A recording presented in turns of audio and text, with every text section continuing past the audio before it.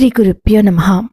ఏ కష్టంతో బాధపడుతున్న వారైనా అమ్మవారిని ఇలా ఆశ్రయించిన వెంటనే వారి కష్టం తొలగిపోతుంది. మానవుడు పడుతున్న ఎటువంటి కష్టాన్నైనా తొలగించగలిగేది అమ్మవారి యొక్క అపారమైన కరుణ, కారుణ్యము.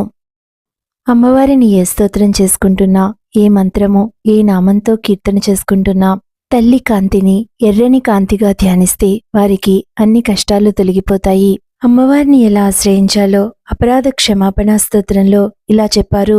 ఆపద సమయాలలో మాత్రమే నిన్ను ఆశ్రయిస్తున్నానని నా మీద అపవాదు వేయకు తల్లి. పసిపిల్లవాడు ఊరికనే ఉన్నప్పుడు ఆటాడుకుంటున్నాడు, ఆకలి వేస్తుంటే అమ్మా అని ఏడుస్తున్నాడు. నేను కూడా అలాంటి వాడినే. ఇలా పసితనపు అమాయకత్వ భావనతో అమ్మవారి వద్దకు రావాలని, కష్టాలను తొలగించమని కోరుకోవాలని చెప్పబడింది. ఇలా జగన్మాతృ భావనతో అమ్మవారిని ఆశ్రయించడము 1,00,000 ఉపనిషత్ వాక్యాలను కంఠస్థం చేయడం కన్నా గొప్పది. ఎవరైతే గ్రహణశక్తి తక్కువగా ఉండి విషయాన్ని అర్థం చేసుకోలేకపోతున్నారో, తక్కువ జ్ఞాపక శక్తితో బాధపడుతున్నారో వారందరూ ఈ సౌందర్యలహరి శ్లోకాన్ని ప్రతిరోజు పారాయణం చేసుకోవడం వల్ల అద్భుతమైన ఫలితాలను చూస్తారు. పిల్లలు కనుక ఈ శ్లోకాన్ని ప్రతిరోజు పఠిస్తే చదువులో రాణిస్తారు. ఈ శ్లోకంలో చెప్పబడిన చింతామణి గుణనిక ప్రస్తావనను ఒక జపంగా మనసులో పునరావృతం చేసుకోవడము లేదా జపించడం ద్వారా ఏ విధంగా మనసులోని కోరికలను చింతామణి స్మరణ తీరుస్తుందో అదేవిధంగా ఈ శ్లోకపారాయణము మనసులోని చింతలనన్నింటినీ తీర్చి కోరికలన్నింటినీ నెరవేర్చి భక్తునికి ఆనందాన్ని ప్రసాదిస్తుంది. ఈ శ్లోకపారాయణం వల్ల రాహు సంబంధిత దోషాలు తొలగిపోతాయి. జాతక చక్రంలోని రాహుగ్రహ బాధల నుండి విముక్తి లభిస్తుంది.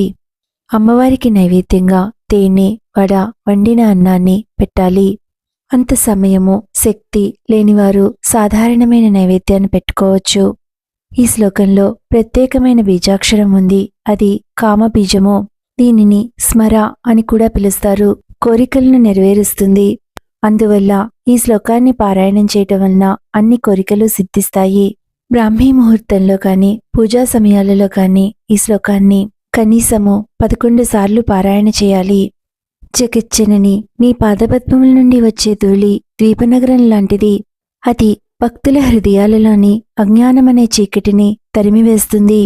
తద్వారా ఆధ్యాత్మిక ప్రకాశం యొక్క ప్రకాశవంతమైన సూర్యోదయం జరుగుతుంది.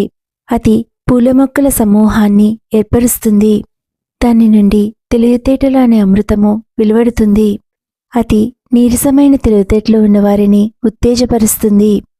పేదరికంలో ఉన్నవారికి కోరికలను తీర్చే నిజమైన రత్నాల హారము.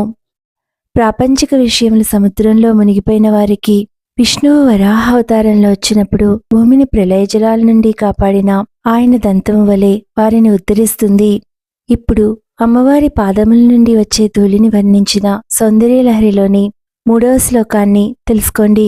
అవిద్యానామంతస్తిమిరమిహిరద్వీపనగరీ జడానాం చైతన్యస్తపకమకరందశ్రుతిఝరీ దరిద్రాణాం చింతామణిగుణనికా జన్మజలధౌ నిమగ్నానాం దంష్ట్రామురరిపువరాహస్య భవతి. శుభమస్తు.